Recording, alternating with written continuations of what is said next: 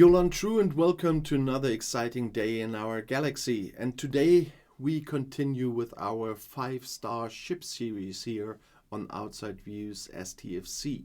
But before I get to the Quv Sompek, which is the 5-star rare Klingon ship, I just want to remind you, if you're not a subscriber of my channel yet, but do like my videos, then please do subscribe. And when you do, please also click this little bell and all notifications so you will be informed when new videos come out. You know that at the moment there are 2 videos a day. But now let's talk about the next Klingon ship.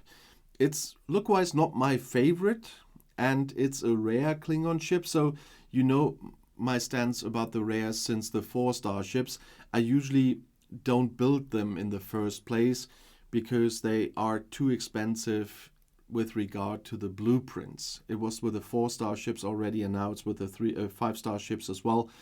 They need 350 blueprints, and that is a lot of faction credits.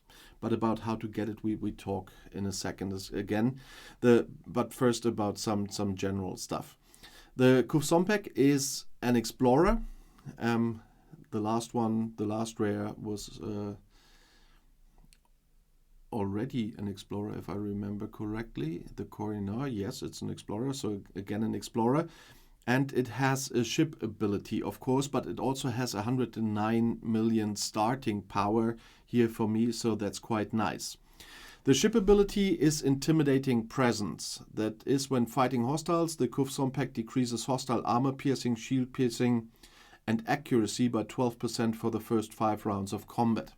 And it's like with the officer abilities, I like it when ships and officers decrease hostile abilities, because that's often something more helpful than increasing the own stuff. And so that's something I like about the Quv Sompek.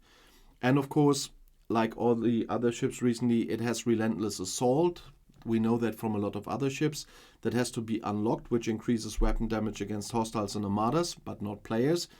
And also, it's a Klingon ship, so it's got the usual ship cloaking, which you have to unlock, of course, by getting the parts for it. But you can, in the end, cloak the ship, and it's often helpful.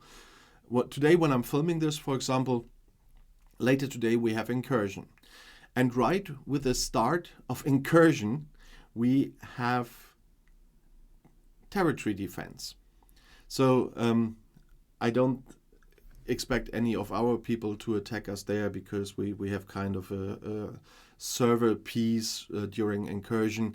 But we still need to get some points, so we just send in as many cloaked ships as we can get together to score for the defense there. And unless somebody from our server would show up, that's quite enough to just be defending. But it's really not so nice that we have defense during Incursion, because there might be some people from other servers appearing there, and that's why we're just using cloaked ships there to get our points. That's just a little bit of a safeguard. If nobody comes anyway and pays for the takeover, we win anyway. But nevertheless, we just sent there some cloaked ships that we can get from our people, and without being destroyed by people from other servers, and handing over points to them. And that's the point of the cloaked ships. And so it's always nice to have ships that can cloak. I will, for example, send my Discovery there, because meanwhile even that one has a cloak. But now you probably will want to know a little bit more about the blueprints, but something I forgot in some other videos, which I should mention for those ships. The starting warp range is 391. And that will be one of the most important things about those ships, because even with my Voyager, I cannot get everywhere I would like to go. And of course, at the same time, I need ships with a little bit more firepower than the Voyager to go to certain systems for the missions. And we talk about the missions in a second as well. And so the warp range is one of the important points. But let's talk about blueprints. Of course, you can get them in the faction store as usual. With the Klingons, I fortunately can see that already. The Quv Sompek is in the faction store when you reach enough reputation.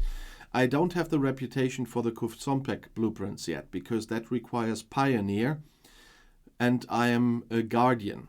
Leader is the next step. I can go to a 2.5 billion, and after that the next step is Pioneer. So even reputation wise I have a bit to go, but because of the reputation I can still see it there, and getting the blueprints in your faction store only depends on your reputation.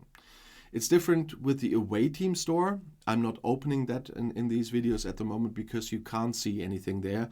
Because for the away team store, on the other hand, the reputation is not that important. It's your shipyard level that's important, and you have to be very close to the required shipyard with your shipyard to see them and get them in the away team store. I cannot get any 5-star ships in the away team store yet because my shipyard is not big enough. But my reputation is so high that I can at least get Voyager blueprints here. Not yet Quv Sompek, but that will come.